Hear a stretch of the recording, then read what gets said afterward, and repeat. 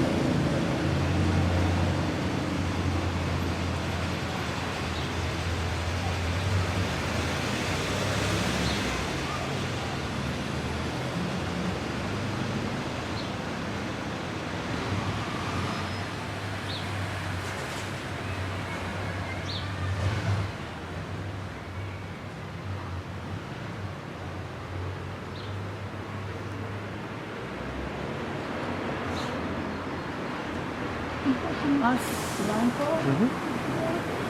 Sure thing.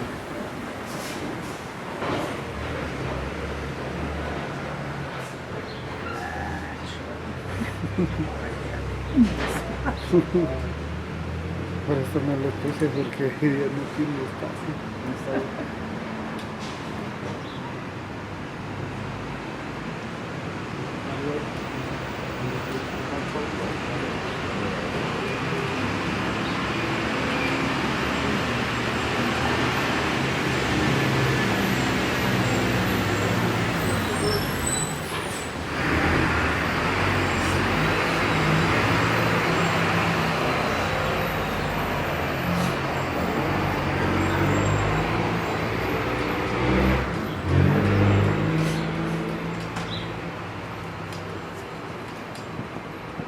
No, I have to tell you that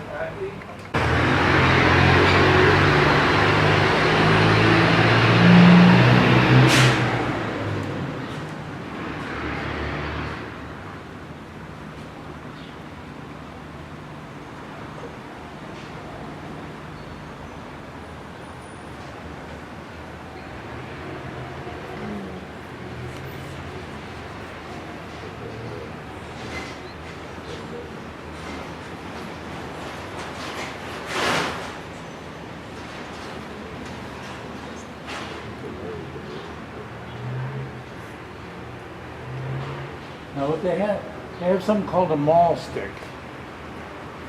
That Action. reference. Just an idea. We've never done it before, but since we have the ability.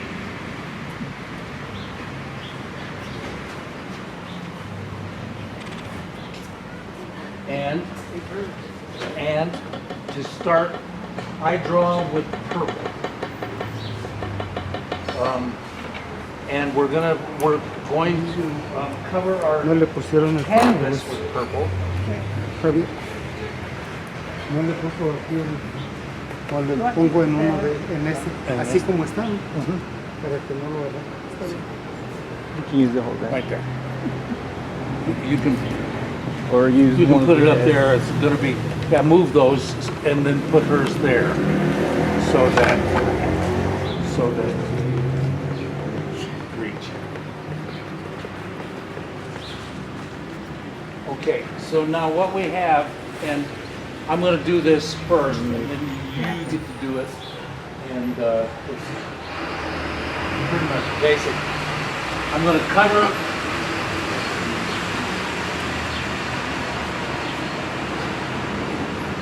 cover the canvas with this purple. Okay? And this is the basic idea of not working on white. Because I hate working on white.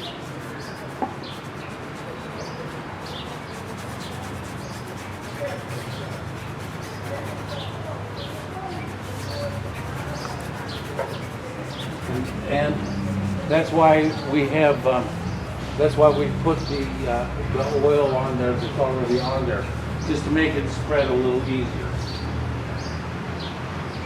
And as you can see, as you'll see in a second here, it'll help get it off of there too. Now, you should all get a pair of gloves.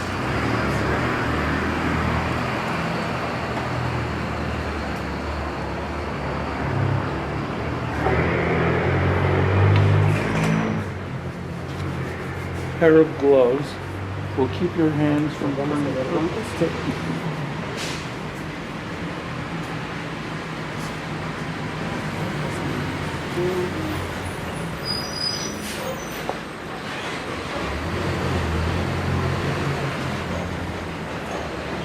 And I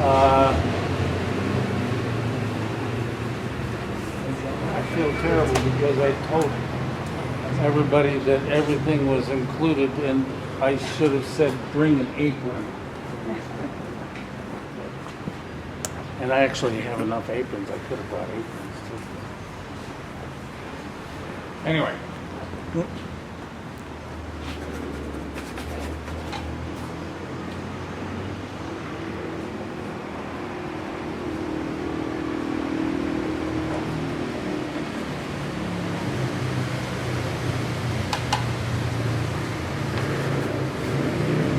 So I got my canvas covered. Okay.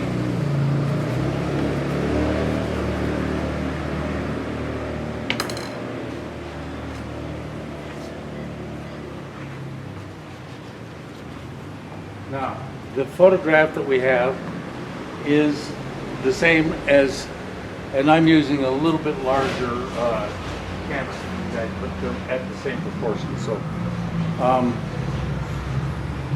And that was just so that you could see it better for that there. So what I'm going to do is I'm going to take and paying attention to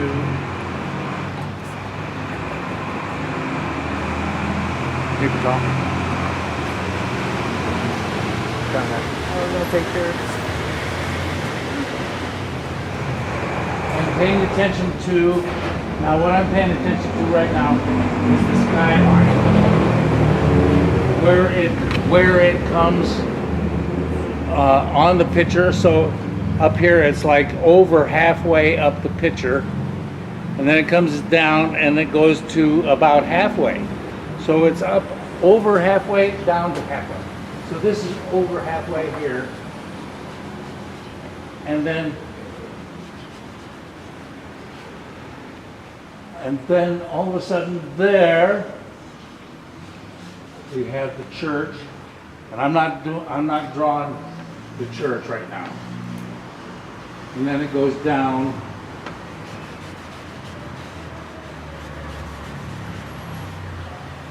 to halfway. And so what I've done is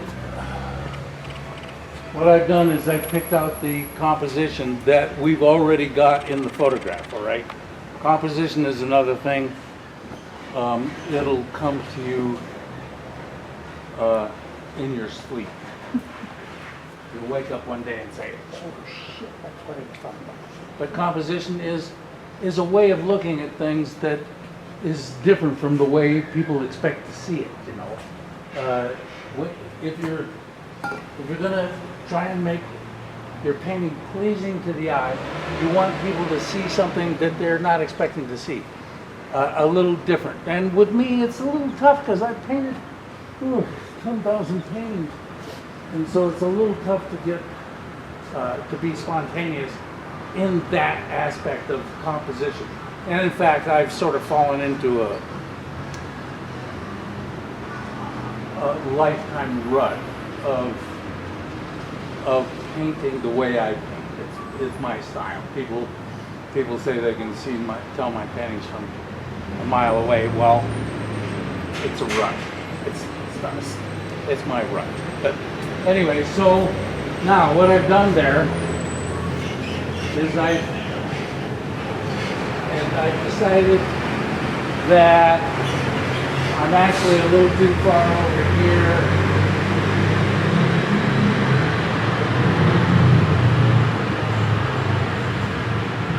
At this point, because we're not painting anything, we can go back in and change all that. Okay, so there. And then because these things are white here, there's a couple of buildings in there that are going to be white.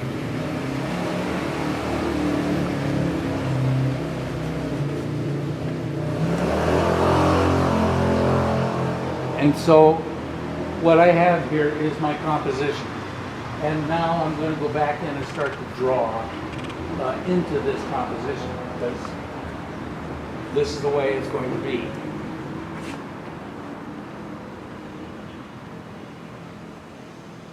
So go ahead, we'll go ahead and we'll get this far along on your paintings.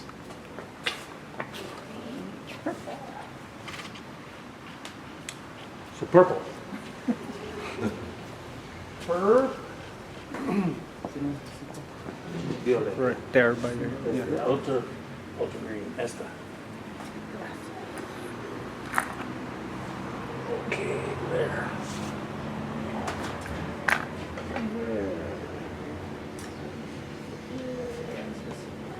The oil on the can. Yes. And The Hobby Lobby is, what's the Hobby Lobby stuff? Hobby Lobby oil. It's Grumbacher. So, and that's what I should have said. We found it, Jennifer found it online. I think it was like $25 a can, the one that she showed me, and since I couldn't remember what I paid for it, I would have been happy to pay that. Because we have linseed oil, which works almost as good. Almost is the key word there. But both of them are really, it's a really nice addition to the feel of Call it space. well, this, That's what's already on here. yeah, that's what, Danielle put it on there. Tomorrow, we'll all put our own on. It's called Liquid First Clear Wet on Wet Oil Color. So it's a clear oil, and it's made from safflower, weird stuff.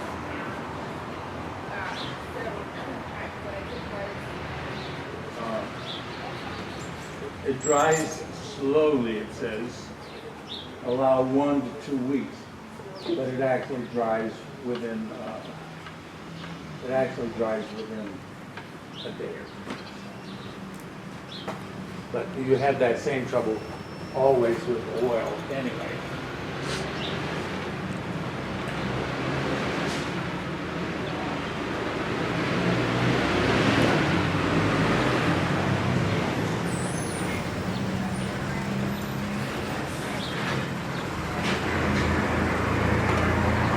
And I found that this violet, it's a blue violet, and I found that this blue violet is really helpful in toning down the colors and stuff like that.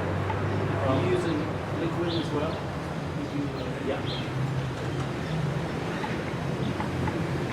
Yeah. The purpose is just to get it across there. And liquid is supposed to help it dry.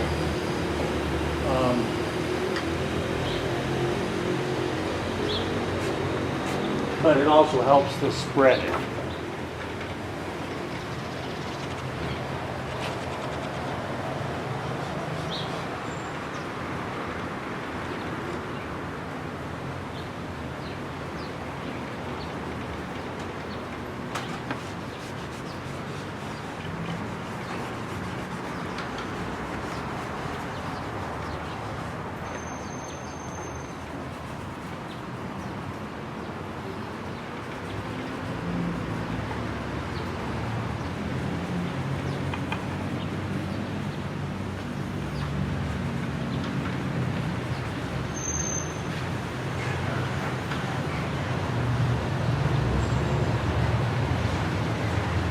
You're not particularly concerned about brush strokes. No, not at all. Perfect. Yes.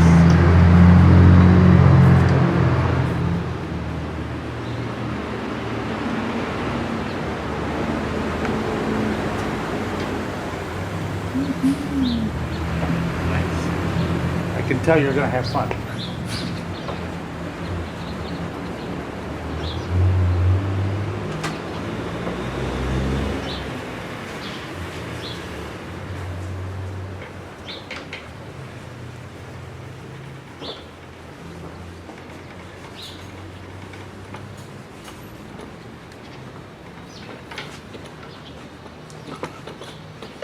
Is that running?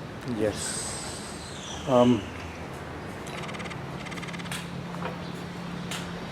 You can turn it off for a second.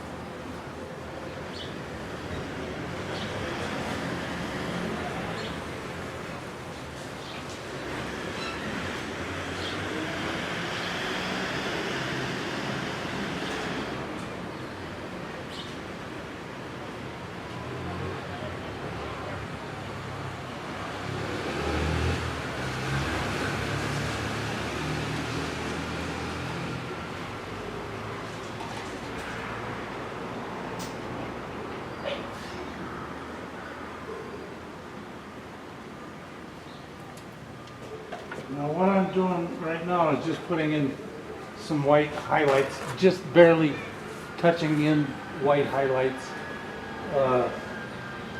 just to give it the feeling of, and also going in and giving it some warm shadows. In other words, I'm taking I took orange and mixed it with my violet and white, a little bit of white. And in here, you can find horizontal strokes. Ooh, getting strong in there, huh? Gonna get a sunburn? Probably, but I can't see.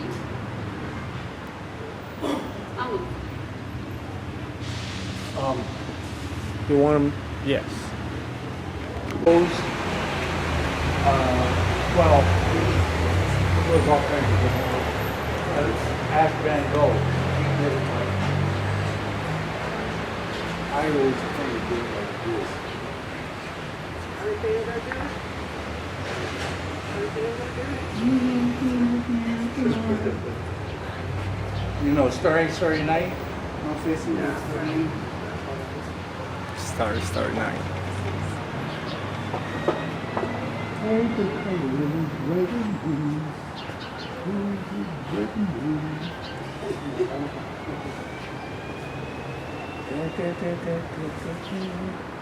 Yes, so now,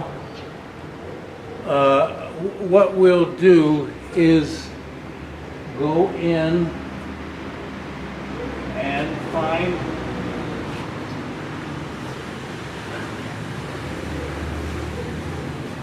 darks. So, if you look at your photograph, in the foreground, over here on this side, you got a bunch of darks.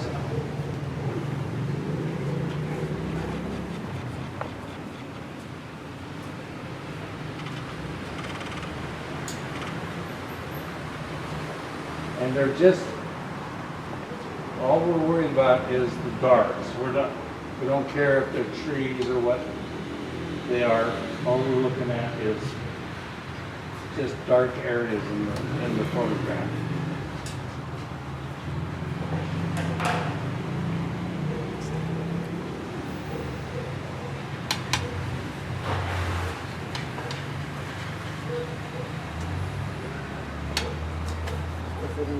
Trabaja bien. Tiene que buscar ahorita para darle una de estas. Estaban aquí y me dijo que las moviera para Sí. que pudiera ya. Y yo dije, estaban ahí. Estaba Cosillas. como loco buscando allá. Cosillas, güey. Sí. Y yo creo que ahorita voy a ir a comprar.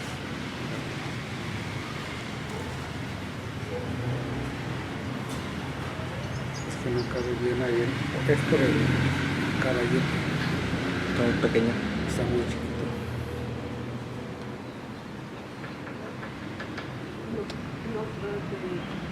¿Qué quiere? Another Quiero- pit. Another.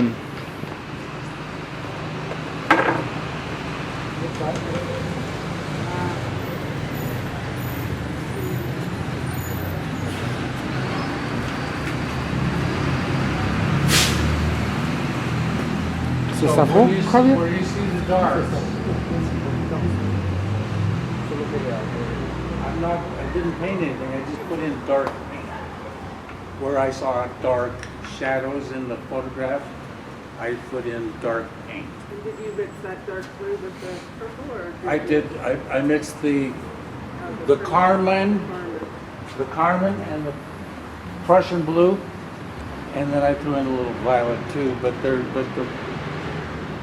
Prussian blue and the carmine are what I use to make black. And black as a color is ugly.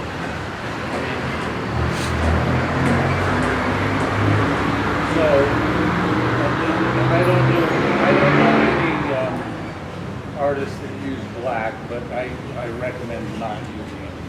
And you can use this because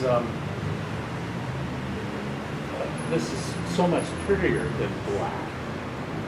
What we're dealing with is violet. So now, yeah, you have a dark brush already. Yes. So you see where I see the black, where I see the dark, and you should see it in about the same areas.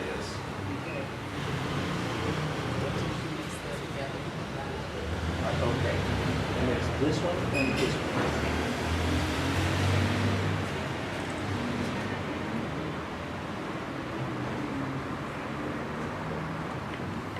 It turns out to be a very, very, very dark violet.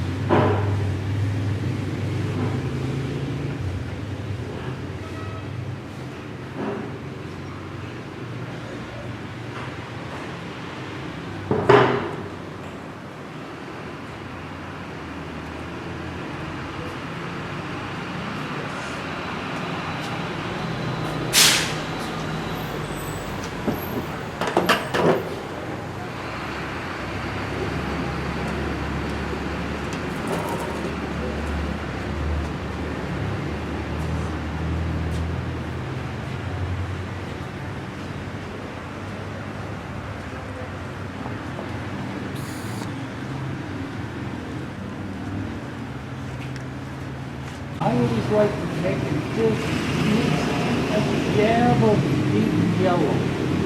I mean, a very, very, very, very small amount of yellow. A squirtle.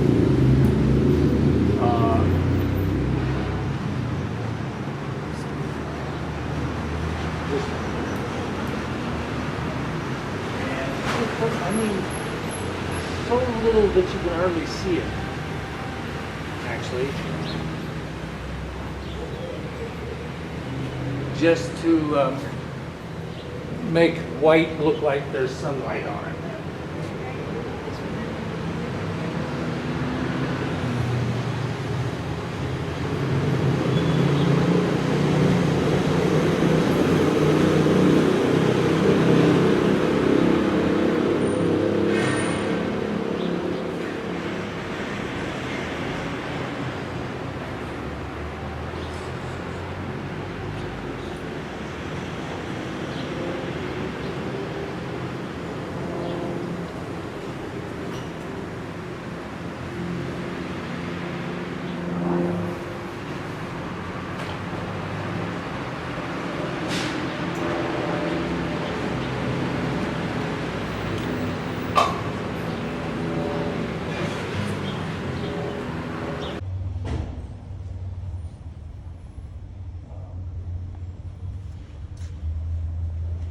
See, it gets a little tricky when you start playing with dark values.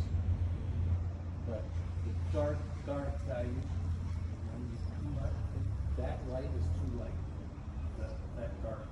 So I'm gonna go back and make more of this black and cover up that little mistake there. And in fact, and now see that this thing is even smaller.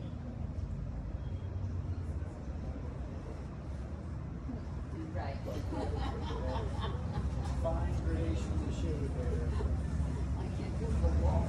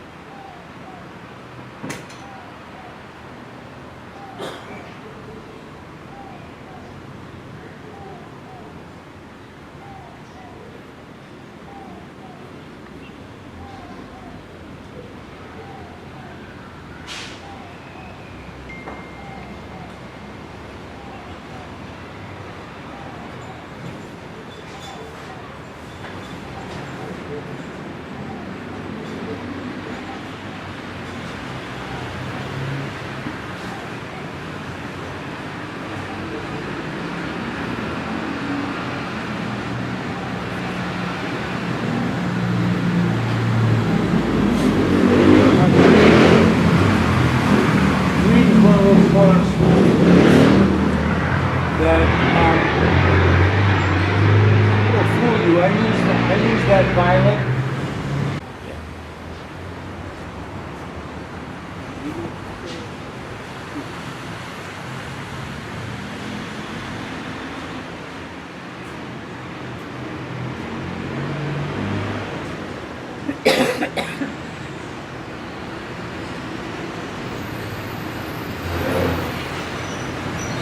¿Es en Nápoles? Sí.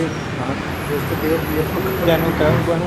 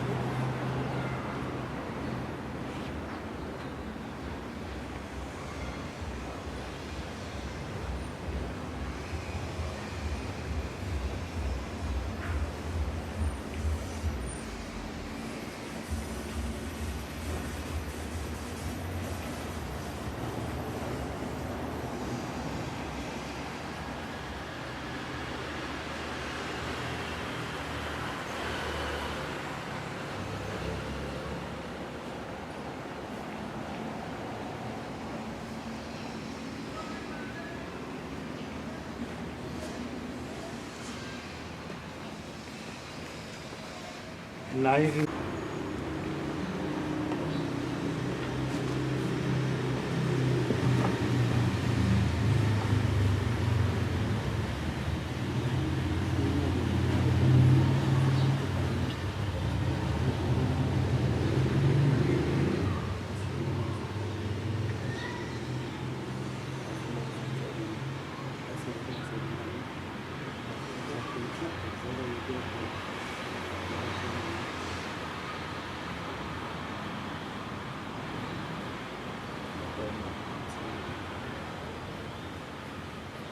Dan, how often are you using solvent?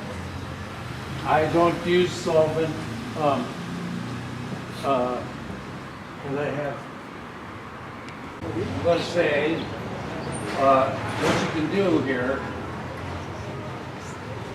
is go in and this goes back to yesterday. You can go in and pick up what's going to be white. Just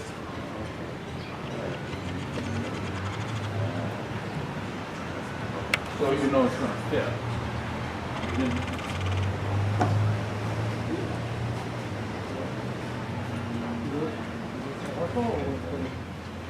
And because I put this, now, I was paying attention to where her head started up here and how far it was from this. And when you're working from photographs, that's pretty easy to do. When you're working out on location, it's a little more difficult. You have to find your thing, and every once in a while you find yourself squeezing stuff together. But the cool thing is, only the people that are there with you when you're painting know. When you get back to the studio or back to the gallery, nobody.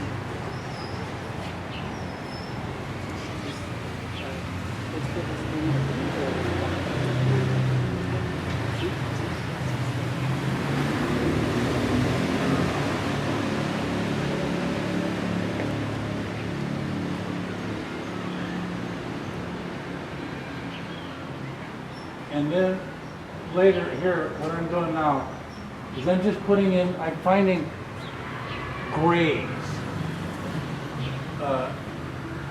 Just mixing up all kinds of grays, like I said. Mix two complements together. So now,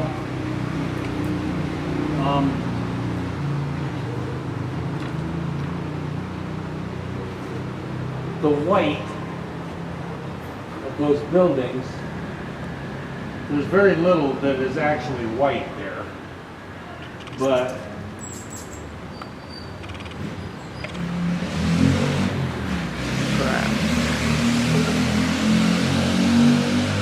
the shadows on the white is what I'm going to paint next. So where I see shadows, and there's one there, there's one there, there's one clear over here.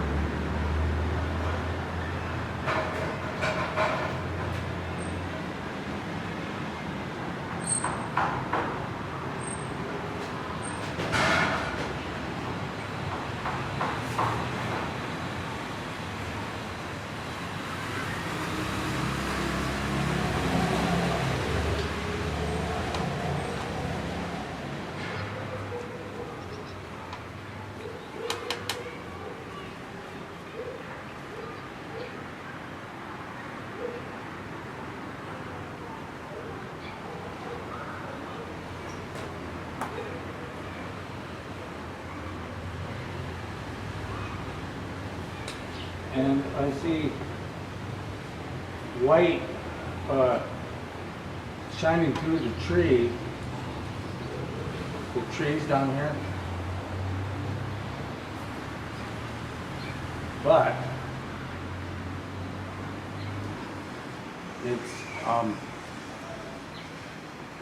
it's a shadowed white, so it's darker than white.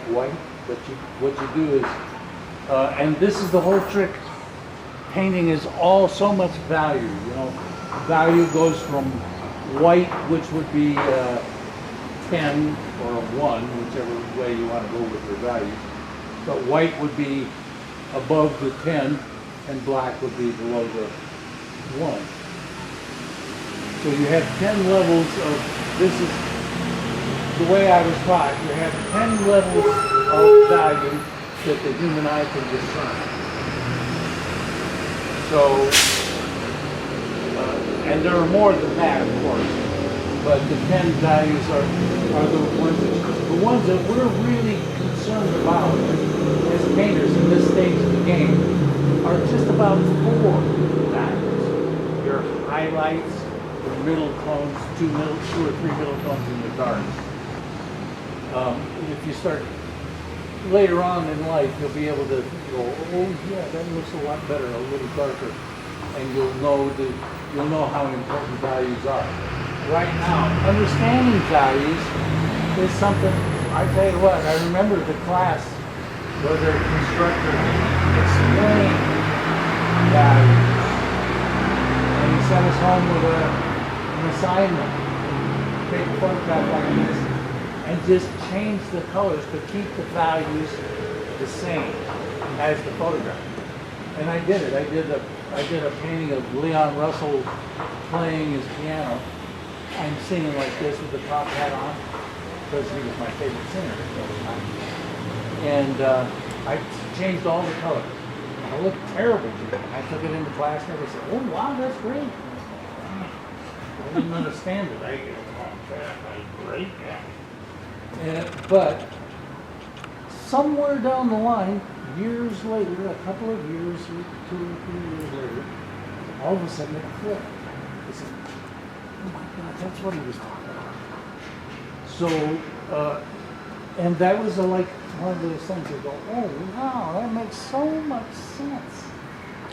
You could paint that green wall red as long as you got the value right. It would look wonderful. So that's the importance of value. So much more important than color. But like for instance, like I said, you're painting a sky blue, you know it's blue. The value is where you're going to catch. It's going to be a lighter value at the horizon.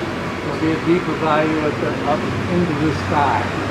And it's true, even here you can see that, but you have to train your eye to see it because it's like when I first discovered portraiture, the guy that was working in a mall doing these 10-minute sketches, and I'm going, what is he thinking? He says, you'll see it. You'll see it. Eventually you'll be able to see those shadows. And eventually I was able to. But while he was doing it, I'm sitting there going, how does he see those things? I don't see that shadow there. I could look at his model, and I didn't see that shadow. But on the drawing, he put the shadow in there, and it looked perfect. And I go, He says, you will see it. You will see it. You just have to train your eye to see it. And so, and that's where experience comes in. And there's nothing, I can't teach you experience. Only these little ideas that hopefully catch, you know. And as you get experience, you'll go, oh, that's what he was talking about. And it'll make sense to you. And then you'll be able to start using it because all of a sudden it makes sense to you. And hopefully you'll be able to use it right now as we're working just as just for fun, you know. Okay, so these shadow whites run all the way through this thing. There's a lot of white and shadow. What are you using? White with what? With the violet or with the violet that I created with the Persian blue and carmine, which is alizarin crimson if you're buying just regular paint. Carmine is the color that Dr. Abel gave it. Can I get some more white? Yes. Sure.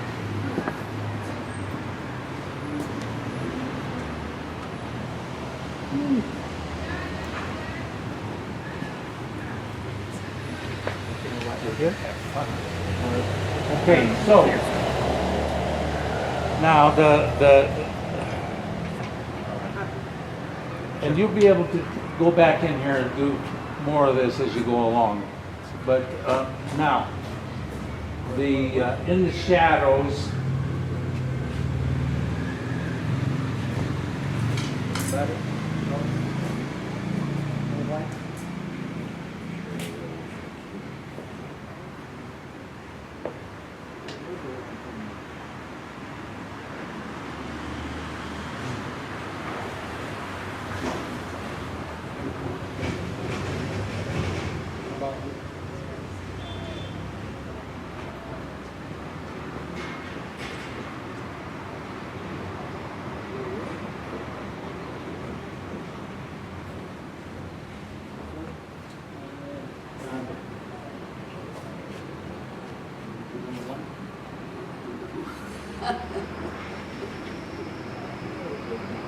Okay.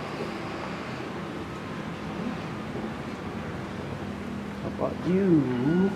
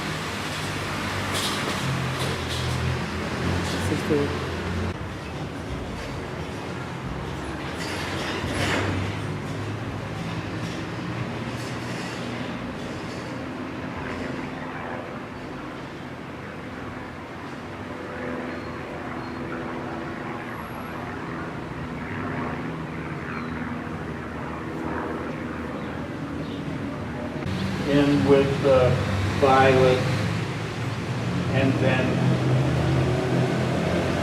came up with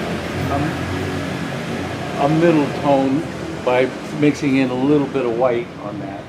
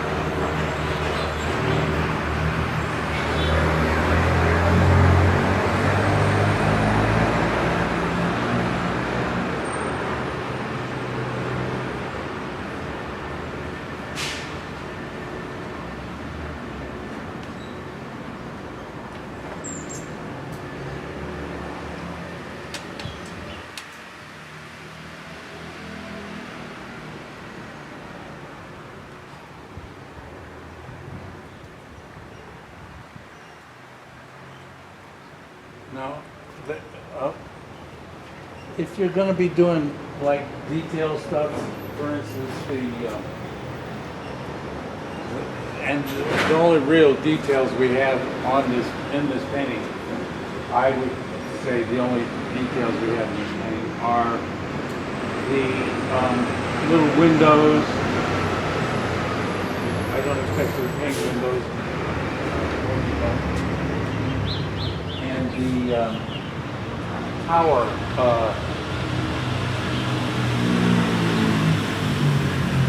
these things here.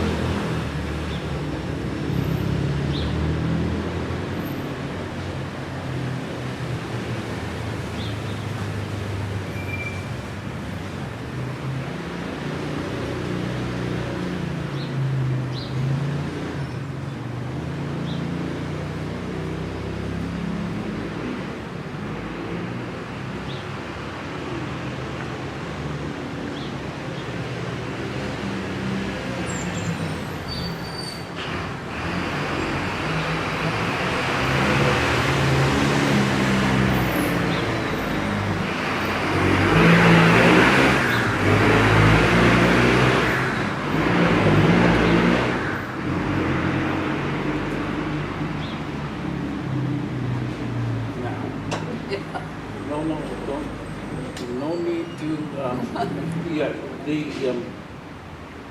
now,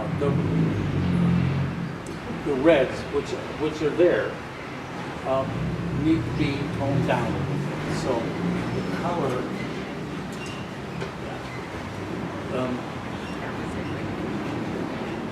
and the way to do that is to put a little light and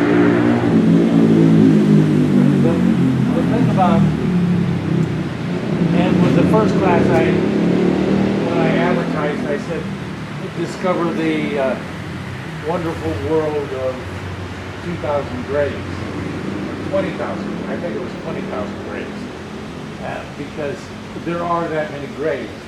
And in order to get gray, all you need to do is mix two primary colors, or two complementary colors. Now, your primary colors are red, blue, and yellow. Your secondary colors would be the ones that fall in between, so violet, orange, and green. So if you mix green and red, which would be complements, you get brown. If you mix red and green and white, you get gray. You'd say, well, that sounds like just a lighter shade of brown, or a lighter shade. Depends now. Your gray all depends on how much green, how much red, and how much white. So with each different mixture of those, you get different grays. So you can see what the 1,000 grays comes from.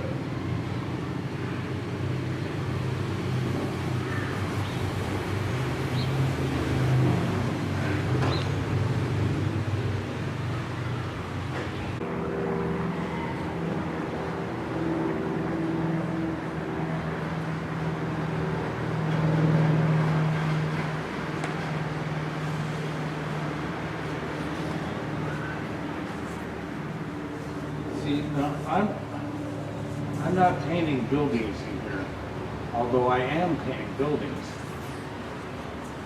But I'm not looking at them like they're buildings, I'm just looking at them like they're Objects. values.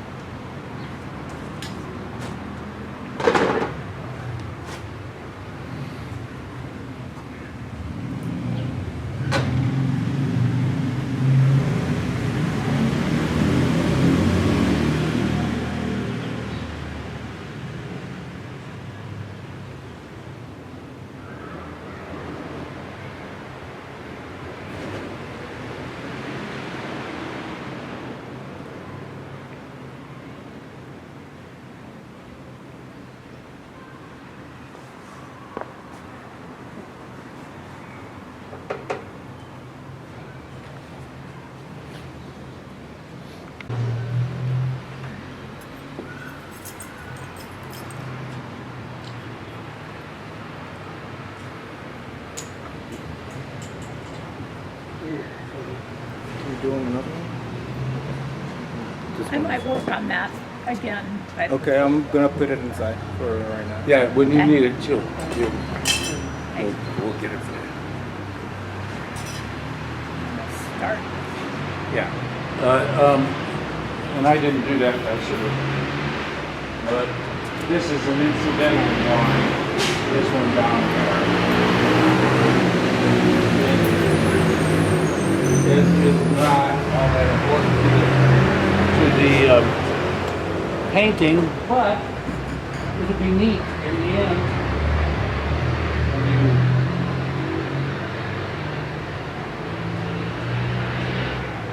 because the difference in value there on that sidewalk between where they put the cement in between the blocks and the blocks themselves, they're all the same color, but there's a little line there, and there's a very slight variation in the cement from the block, and if you can get that in your painting, oh, you'll be so happy.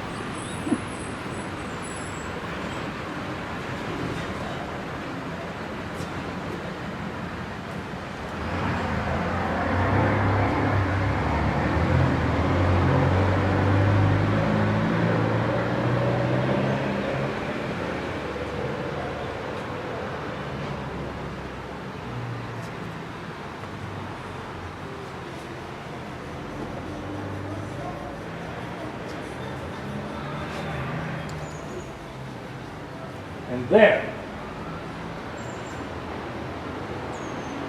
Next, you go into your Prussian blue and your carmine, and you make a black. You're right. No, it's not black, but you make a very black value. And you go in and paint that where, like for instance, right now I'm painting the little girl's hair. And there's a little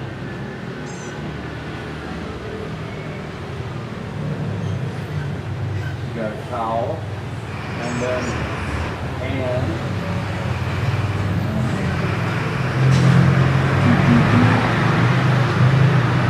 And once again, now we're using black, not black, but What did you use? Prussian blue and Prussian blue and carmine. Yes. You see how much darker that Prussian blue and carmine is than the violet.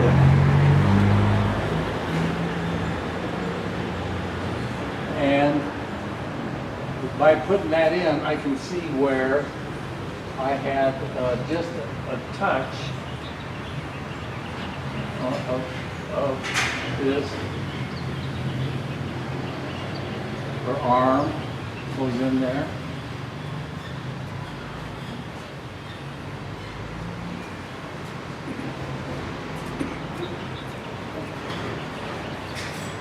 Her legs are in the dark, in the black, and if we paint them all black,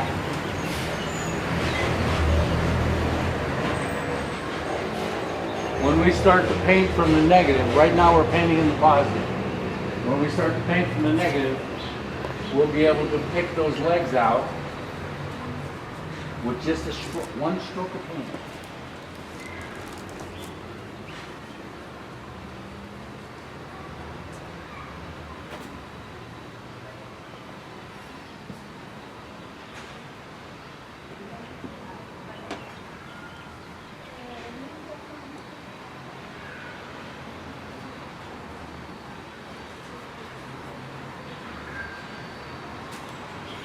What color did you use to make your black? I'm sorry. Prussian blue and carmine.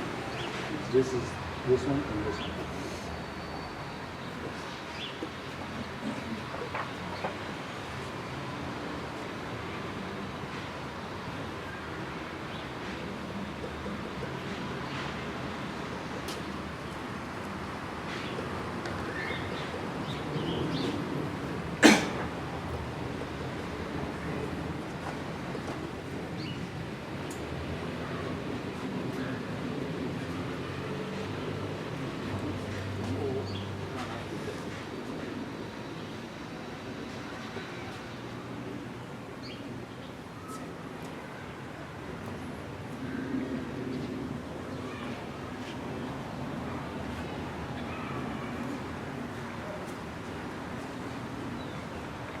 I'm gonna wash in the background, okay? And that background is a little weird. I was sitting there, laying there last night as I was drifting off to sleep, wondering if I was gonna put that AYL in the painting. And I think I will.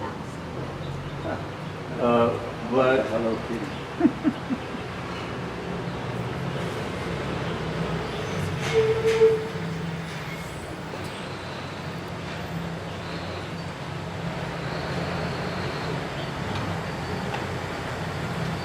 and I'll show you how you do that.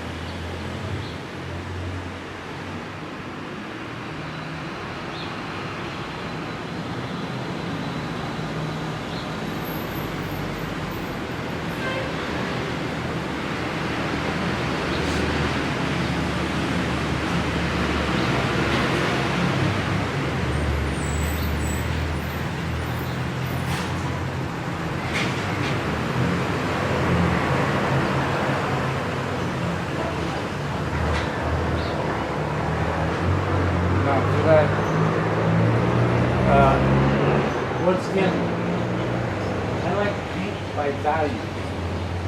And so it gets a little tricky. But if you look at it as values instead of color. But I mean, when you look at that color, you think, what's the first thing that comes to your mind?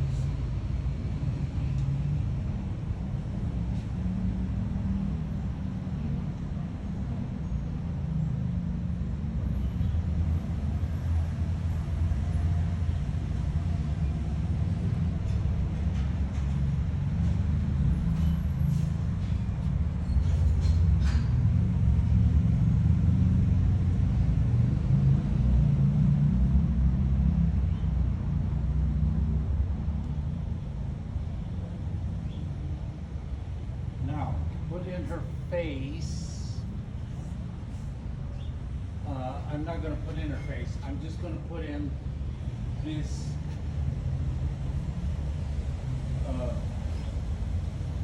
shape.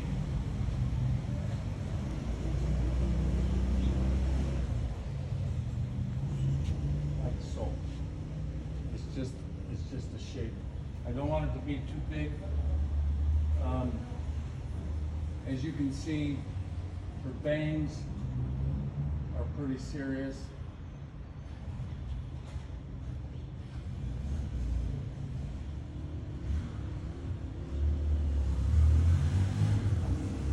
I'm going to do the same thing with her arm, which takes it away from being that purple that I was drawing with, the black that I was drawing with, and makes it skin tone.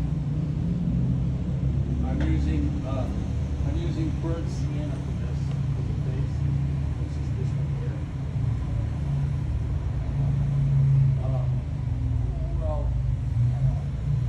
It's violet, this red, and that's pretty much it.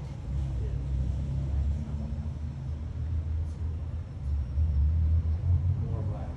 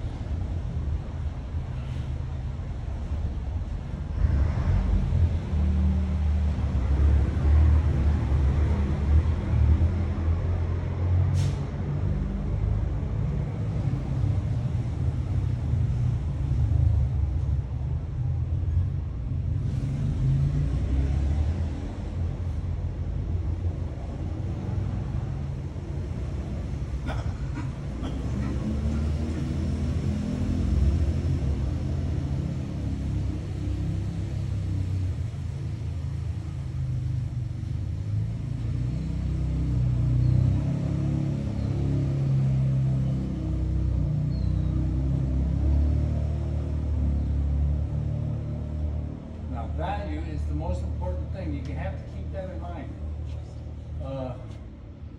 Right now, I'm painting the variation in color on the lower part of the wall, and if I was to paint it white, which is what it looks like, it would stand out like a.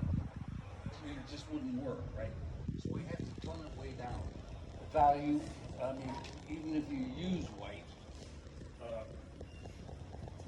it has to be toned way down, and I do it with